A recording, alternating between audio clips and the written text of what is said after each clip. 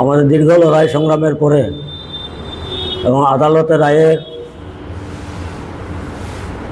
পরে Tripura jute mill কর্তৃপক্ষ এবং ত্রিপুরা রাজ্যের সরকার জুট মিল শ্রমিক কর্মচারীদের বকেয়া টাকা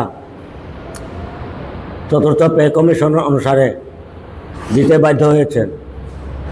এখনও পর্যন্ত 90% শ্রমিকদের পেমেন্ট সম্পন্ন হয়েছে, কিন্তু পেমেন্ট দেওয়ার ক্ষেত্রে যে নিয়মকানুনগুলি আছে সেইগুলি জুট মিল কর্তৃপক্ষ বা সরকার করছেন না। এই পেমেন্ট করার ক্ষেত্রে যারা প্রাপক তাদের ব্যাংকের অ্যাকাউন্টের মধ্যে তাদেরকে কিছু না বলেই গোপনে এই টাকা পেমেন্ট করা হয়। পেমেন্ট করার মধ্যে বিধিবদ্ধ নিয়ম হচ্ছে, সরকারি টাকা পেমেন্টের বিধিবদ্ধ নিয়ম হচ্ছে একটা মঞ্জুরিপত্র দেওয়া দরকার। এবং আমাদের এই ক্ষেত্রে যেহেতু এটা বেতন, তাহলে তাকে আইপিএসটা দিতে হবে, যেটা আমরা বলে থাকি যে এই আইপিএসটা ইনিশিয়াল পে স্ট্রাকচার, এটা না দিয়েই তারা শুধু টাকাগুলি ব্যাংকের মধ্যে চুপচাপ দিয়ে দিচ্ছেন। ফলে যিনি প্রাপক সে তার ন্যায্য পাওনা পেয়েছেন কিনা এটা নিশ্চিত নয়। তাছাড়াও পে স্লিপ দেওয়ার কথা এবং নতুন করে সার্ভিস ক্লিয়ারেন্স সার্টিফিকেট দেওয়ার কথা, এইগুলি না দিয়ে শুধুমাত্র কিছু টাকা ব্যাংকের মধ্যে দিয়ে দিচ্ছেন। এবং এটা আমরা যতটুকু জানি তারা বলছেন এটা এরিয়া বেতনের টাকা, কিন্তু তারপরেও তো এখানে অনেকগুলি অ্যালাউন্স রয়েছে, গ্র্যাচুইটি দিতে হবে, লিভ স্যালারি দিতে হবে, এগুলি দিতে হবে। কিন্তু এগুলি না দিয়ে শুধুমাত্র কিছু টাকা ব্যাংকের মাধ্যমে তারা পেমেন্ট করেছেন। এটা অত্যন্ত গর্হিত অপরাধ বলেই আমরা মনে করি। যে প্রাপক তাকে তার হিসাব নিকাশ বুঝিয়ে দেওয়ার জন্য এই যে আইপিএস, এটা প্রদান করা উচিত। ইতিমধ্যে গত 18 তারিখ আমরা জুট মিলের এমডি মহোদয়ের সঙ্গে দেখা করি এবং ওনাকে আমরা বিস্তারিত বলি। উনি স্বীকার করেছেন এই পেমেন্ট করার পরে আগামী সেপ্টেম্বর মাসের মধ্যে আইপিএস প্রদান করবেন বলে প্রতিশ্রুতি দিয়েছেন। যদিও এই প্রতিশ্রুতি আগেও দিয়েছিল এবং শ্রমিকরা তাদের ন্যায্য পাওনা ঠিকমতো পেল কি না এটাকে পরিষ্কার করার জন্য আমরা বলছি, যেহেতু 90% পেমেন্ট হয়ে গেছে সেটা দেওয়া উচিত। এবং আমরা জুট মিলের এমডি মহোদয়কে বলেছি যে 1637 জন যারা পাবেন টাকা পাবেন তাদের নামের পূর্ণাঙ্গ তালিকা জুট মিলের নোটিশ বোর্ডে দিয়ে দেওয়ার জন্য বলেছিলাম। এমডি মহোদয় বলেছেন, কিন্তু এখনও সেটা করেননি।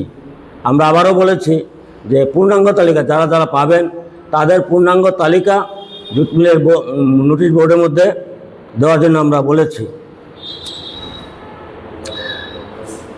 এখন আরেকটা যে বিষয় হলো, এটা সবচেয়ে ভাইটাল পয়েন্ট, যে বেতন ভাতা দিচ্ছেন তার থেকে ইপিএফ অর্থাৎ পেনশন, পিএফ এই টাকাগুলি কর্তন করা হয় এবং তারা পিএফের বোথ শেয়ারের টাকা কেটে তারা পিএফ কর্তৃপক্ষের কাছে জমা দেন।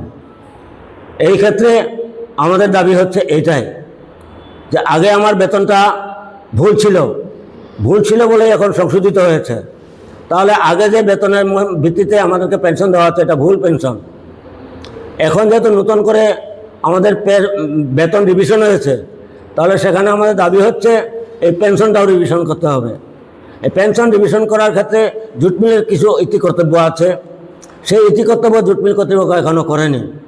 তারা থুক একটা টাকা পিএফ অফিসে জমা দিয়েছেন, কেন কী কারণে টাকাটা জমা দিলেন তার ব্যাখ্যা সেখানে দেওয়া হয় নাই।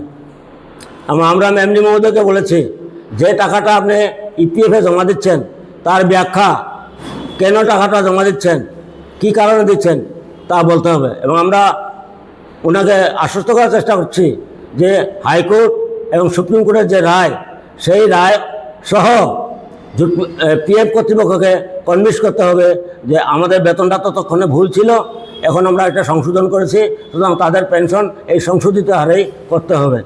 এই কথাটা আমরা এমডিকে বলেছি। এবং এর আগে আমরা ইপিএফ কর্তৃপক্ষের সঙ্গে আমরা যোগাযোগ করি, ডেপুটেশন দিয়েছি, ওনাকে আমরা বলেছি যে আমাদের বেতনটা ভুল ছিল, এখন সংশোধিত হয়েছে সুপ্রিম কোর্টের রায় এবং হাইকোর্টের রায় অনুসারে। যেহেতু সুপ্রিম কোর্ট এবং হাইকোর্ট বলছেন যে না তাদের বেতনটা ভুল হয়েছে, এটা সংশোধিত হয়েছে, তাহলে সেই রায় অনুসারে আপনাকে আমাদের সমুদয় পেনশন, হায়ার পেনশন সহ হায়ার পেনশনের যে নিয়ম সেই মোতাবেকে এই পেনশন রিভিশন করতে হবে, পুনর্বিন্যাস আবার করতে হবে। তারা এই কথাটা ওরা ভাববেন, এই কথাটা আমাদেরকে বলেছেন। ইতিমধ্যে এই ঘটনাটা আমরা 2-4 বার পিএফ কর্তৃপক্ষকে বলার পরেও তাদের কোনো টনক নড়ছে না। তারা আমাদেরকে আশ্বাস দিচ্ছেন কিন্তু কাজ করছেন না।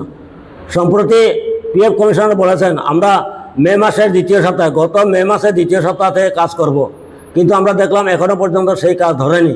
অথচ আমাদেরকে চিঠি দিয়েছেন মে মাসের দ্বিতীয় সপ্তাহ থেকে তারা হায়ার পেনশনের কাজ ধরবেন এবং যারা যারা বাড়তি পেনশন তাদের পেনশনটা দিয়ে দেবেন, কিন্তু এখনও পর্যন্ত কাজ করেনি। যার ফলে আমরা সিদ্ধান্ত গ্রহণ করেছি আগামী 25শে